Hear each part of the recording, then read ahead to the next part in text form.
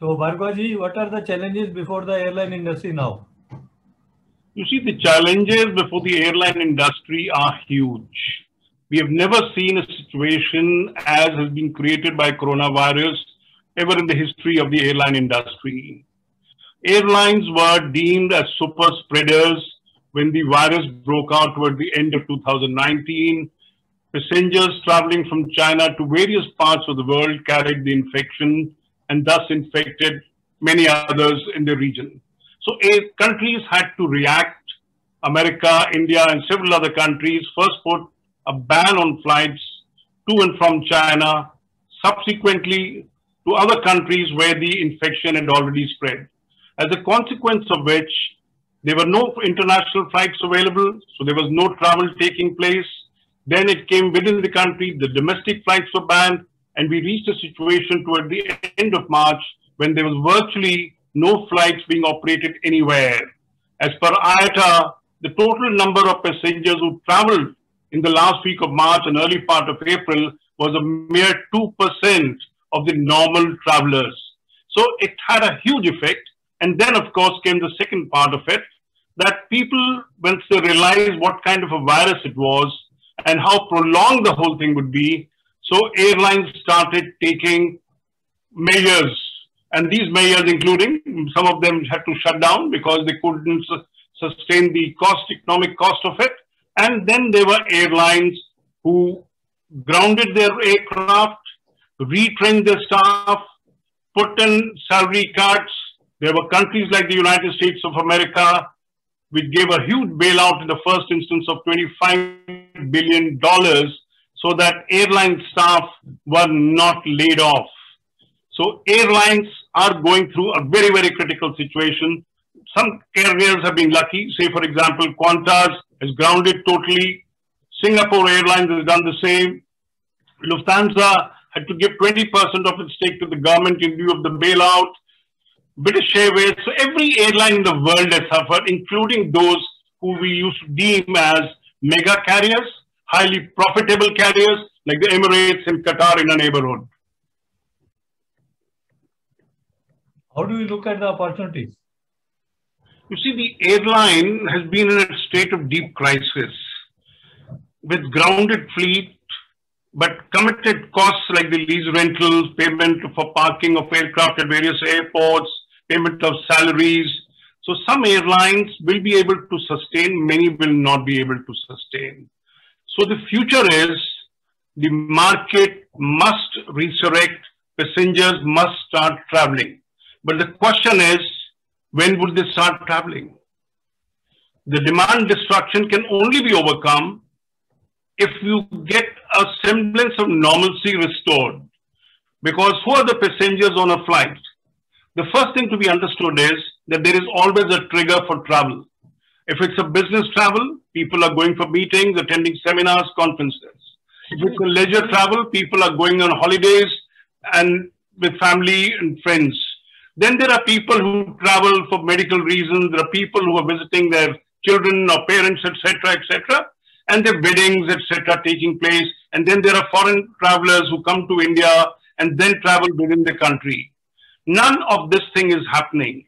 So as a consequence of which, the demand after the domestic flights were introduced on 25th of May has been hovering around 40%, though one must admit that every month is a better month than the previous month.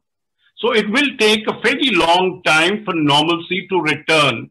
And normalcy will return only when we become normal in our activities.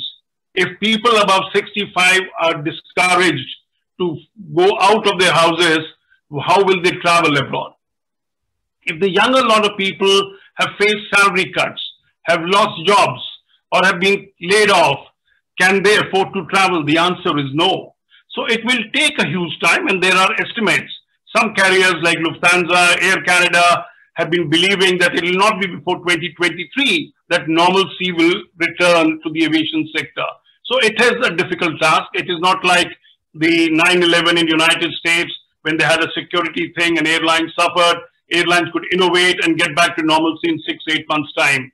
Nor is it like the SARS, which happened in 2003, which affected people, but again, it was for a short spell. But this coronavirus is a huge, huge impediment as far as the return of normalcy in aviation is concerned.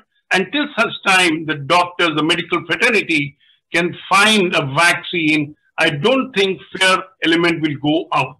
Though normalcy is gradually being restored, as Prime Minister has very often said, that the coronavirus exists, but the lockdown has been done away with in a bid to restore economic activity, to ensure that the economy is not permanently damaged.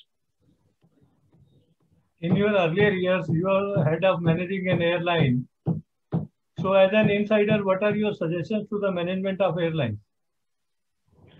You see, airlines have been doing their Airlines have been doing their best. They have been innovative, I must say. When the government decided to resume domestic flights from 25th May 2020, they followed all the instructions of the government, sanitizing the aircraft, ensuring that passengers were wearing masks, the aircraft was sanitized repeatedly, the crew had the masks on, and the food services were done away with. So there was a lot of activities which are done. But as I said earlier, you can take all the precautions that are necessary. You can incentivize the customer. But till such time, the trigger for travel is created, you will not have very many people traveling. Now that is where the government's attention has to come in. Airlines can play only a limited role because after all, they're only facilitators for travel. But the basic trigger making a person travel has to be one, when there is requisite confidence in the passengers that it is safe to travel. IATA study has come out that very, very limited chance of a person getting infected on board the flight. Out of over 1 billion passengers who traveled in the recent months, not more than 48 cases are those who are, I would say, who have got infected on board a flight. They could have been done before or after. So the other way, as I said, the government has to play a role, and what they can do is, one, ensure that there is a test conducted for positive or negative thing, and only negative passengers, tested passengers are put on board the flight. That will be one confidence, because take for example, India-Hong Kong. Both Air India and Vistara flights have been stopped by the Hong Kong government because you had people who had tested from a certain lab, but tested positive on arrival at Hong Kong. So unless you have a proper foolproof system, it will be very, very difficult for foreign countries to entertain flights to other countries. Take the Indian example. Indian government has got into air bubble agreements because you had a large number of Indian population who was stranded abroad. So the flights are being operated from various countries to bring them into India. And a very limited air travel has started. But as I said earlier, it's going to take a long time. Airlines have done what was feasible, but it's primarily the government, because if the government agencies will conduct tests on departures and arrival. The quarantine is another element, which is a big discouragement. Why would a person travel and then get quarantined on arrival? If you're going for a few days, you can't afford to be quarantined. So there has to be this test introduced on departure and on arrival. And once that is done, I'm sure some bit of recovery will take place in air travel. What are your suggestions to the government, also in terms of financial support to the airline industry? You see, if the government of India had the money, large chunk of money to bail out airlines, one would welcome it. But let's not forget, with the limited resources that governments command, if you give bailout packages or financial assistance to the airline industry, why wouldn't other sectors of the industry ask? There are various sectors of industry who have been affected. They would all clamor for financial assistance. As I said earlier, governments, United States, Germany, several other countries have extended financial aid. But what the government of India can do is to give them tax concessions. Why should government be charging service tax, GST on an air ticket, for example? Because if the airlines are not operating, passengers will not travel and government will not get that income. Likewise, on the ATF, why can't this sale tax be done away with for the next 6-8 months? So Government of India can play a role, but unfortunately, we do not have a very strong lobby of airline people who can put the requisite pressure on the Government of India and say this is essential for our survival. After all, when pilots, aircraft maintenance engineers, cabin crew, other employees are being laid off, they're not getting salary. Government is losing out on income tax as well.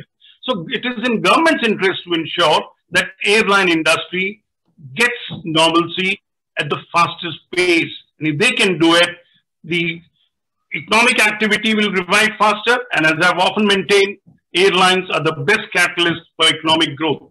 If a flight is introduced to Nasik, reintroduced to Nasik, Kolhapur, small towns, etc., you will find economic activity taking place and people not looking out for jobs because they will have something to earn. What is your message for airline travelers? Sorry? What is your message for airline travelers? Airline traveler? Yeah. How much You risk see, is there? no. As I said earlier, there has to be a trigger for air travel. When you have weddings in the families taking place with a restriction that you cannot have more than 50, 75 people there, why would people travel from one city to another to attend?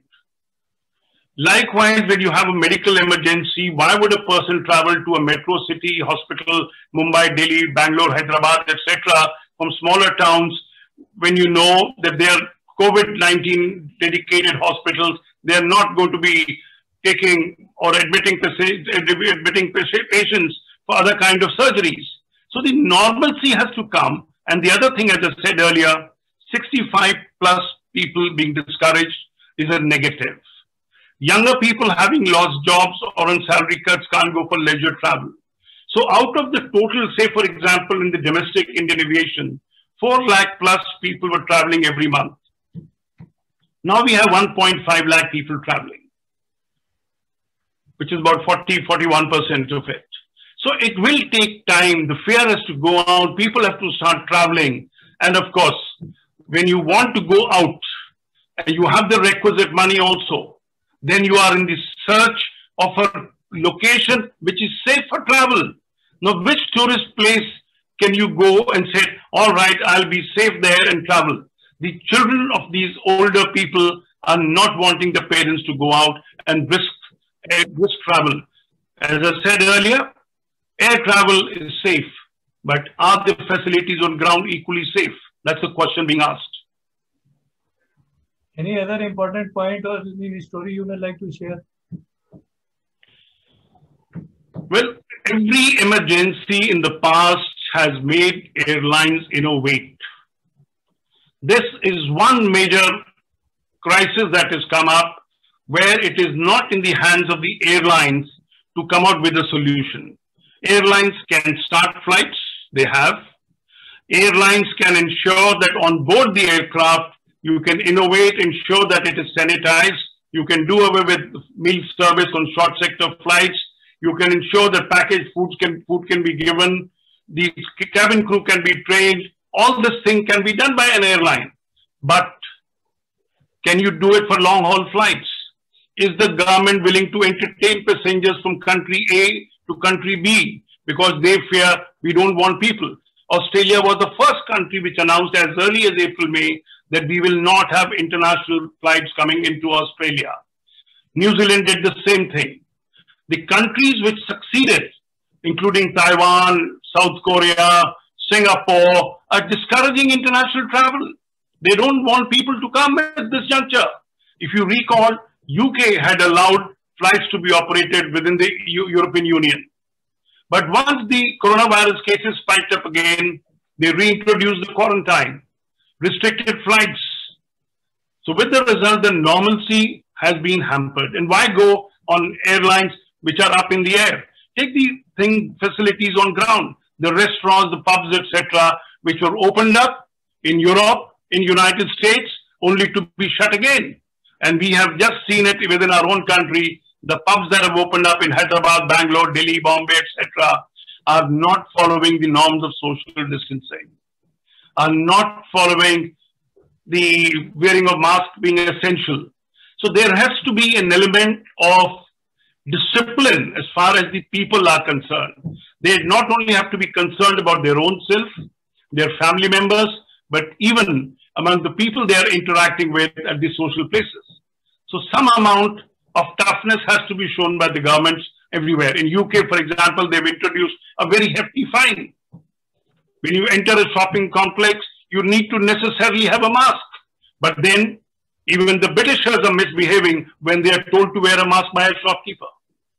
So this element of discipline has to come in. People have to realize the gravity of the crisis, that how risky they become once they get infected, and how they are the potential ones to pass on. Now, this was exactly what happened with the airline industry when they were still ferrying passengers in February and March. We saw a large chunk of people flying from one point to another point and then to another point and carrying the infection. Whether it was the cruises, whether it was the Alps where skiing was taking place, people from various countries had come to play for skiing. And then when they went back, they carried the infection, infected people, even in the areas in which they were residing. So it's a huge risk. So let's go slowly, but surely. The future of airline industry is bleak at the moment, but I'm sure normalcy will come. As I said, some airlines are thinking it may be 2024 or 2023 by the time normalcy returns. I'm a little more sanguine, and I think by 2021 end or 2022, we should get back to normal, at least as far as Indian market is concerned. So nice talking with you.